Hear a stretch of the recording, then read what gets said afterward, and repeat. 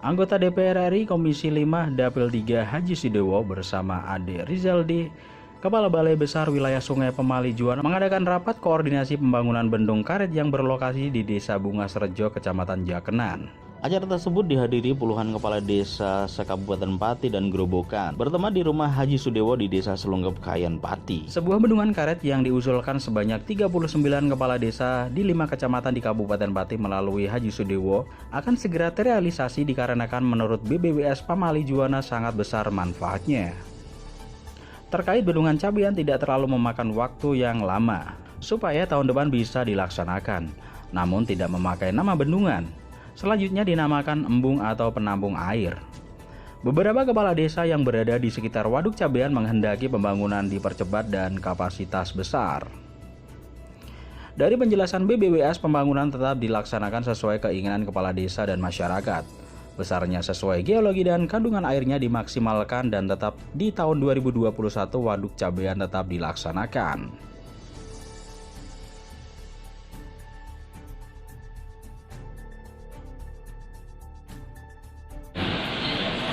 Saya koordinasi dengan para kepala desa, dihadiri Kepala Balai Besar Wilayah Sungai Pemali Juwana, Pak Ade Rizaldi. Itu ternyata ditemukan ada 3 lokasi yang punya potensi untuk dibuat atau dibangun bendungan, yaitu Bendungan Cabean, Bendungan Gudo, dan Bendungan Durensawi. Kalau Bendungan Cabean itu sudah dilakukan survei awal, kemudian akan ditindaklanjuti survei detail, dan insya Allah tahun depan sudah bisa dilaksanakan pembangunan visi. Untuk pembangunan untuk Gudo sama Duren Sawit itu baru akan dilakukan survei oleh Pemali Juwana.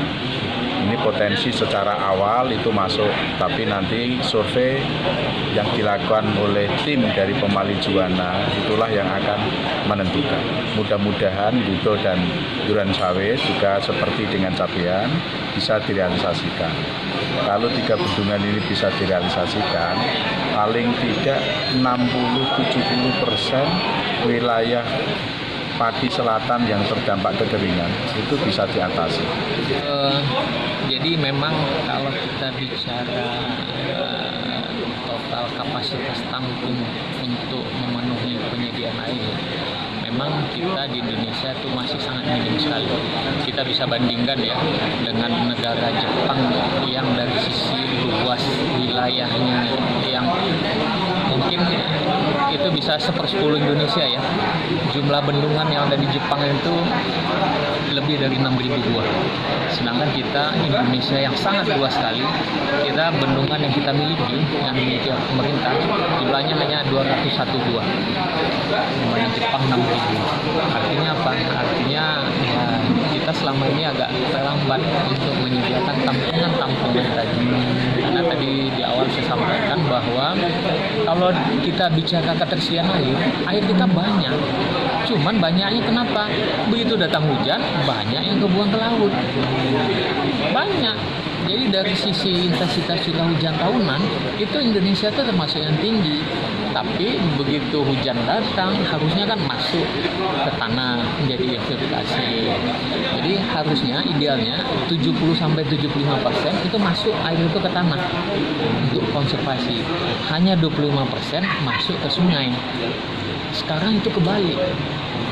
Hanya 25% yang masuk ke tanah, 75% masuk ke sungai. Akhirnya sungai kita tidak cukup untuk nampung debit banjir yang begitu besar. Kenapa tidak bisa masuk ke tanah? Ya, karena daerah tangkapan kita sudah tidak ada lagi. Daerah resapan air sudah berkurang. Lahan-lahan dulu untuk konservasi, lahan hutan sudah berkurang, sudah beralih fungsi lahan.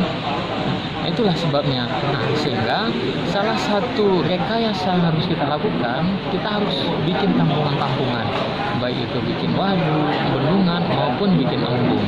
Nah, Ya tentu berdasarkan kondisi topografi yang ada. Karena kita kalau bikin bendungan ya tentu berdasarkan topografi. Jadi di samping topografi juga ketersediaan airnya. Sebenarnya kan kalau dari sisi ketersediaan air kita kan cukup sebenarnya. Cuman kita tidak ada topografi yang memungkinkan atau secara teknis yang bagus untuk bisa bangun bendungan untuk bisa menampung. Tim Noto Projo melaporkan.